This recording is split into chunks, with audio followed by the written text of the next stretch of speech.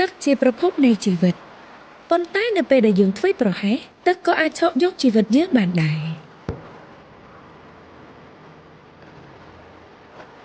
មុនពេលទូអ្នកចេះដើរចេះនិយាយទឹកអាចឆក់យកជីវិតពួកគេនៅក្នុងមួយប្រភេទភ្នែកប្រហែសតែបន្តិចអ្នកអាចនឹងបាត់បង់ពួកគេដូច្នេះសូមធ្វើរបាំងដើម្បីការពារកូនអ្នក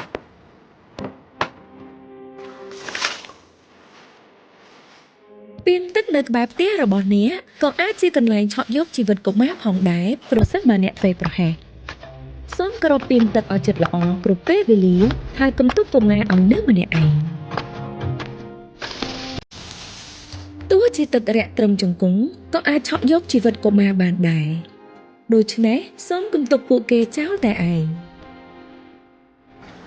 ទឹកអាចជាកន្លែងលេងកម្សាន្តរបស់កុមារប៉ុន្តែវាក៏អាចបង្កគ្រោះថ្នាក់ផងដែរ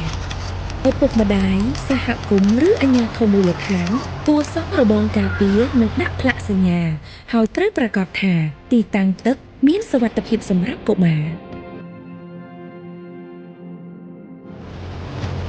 កុមារធ្វើដំណើរតាមផ្លូវទឹកត្រូវពាក់អាវពោងសុវត្ថិភាពឲ្យបានត្រឹមត្រូវជាប់ជានិច្ចឪពុកម្ដាយម្ចាស់ទូកនិងអាជ្ញាធរមូលដ្ឋានត្រូវធ្វើឲ្យប្រាកដថាការធ្វើដំណើរតាមផ្លូវទឹកអនុវត្តតាមបទដ្ឋានសុវត្ថិភាពផ្លូវទឹក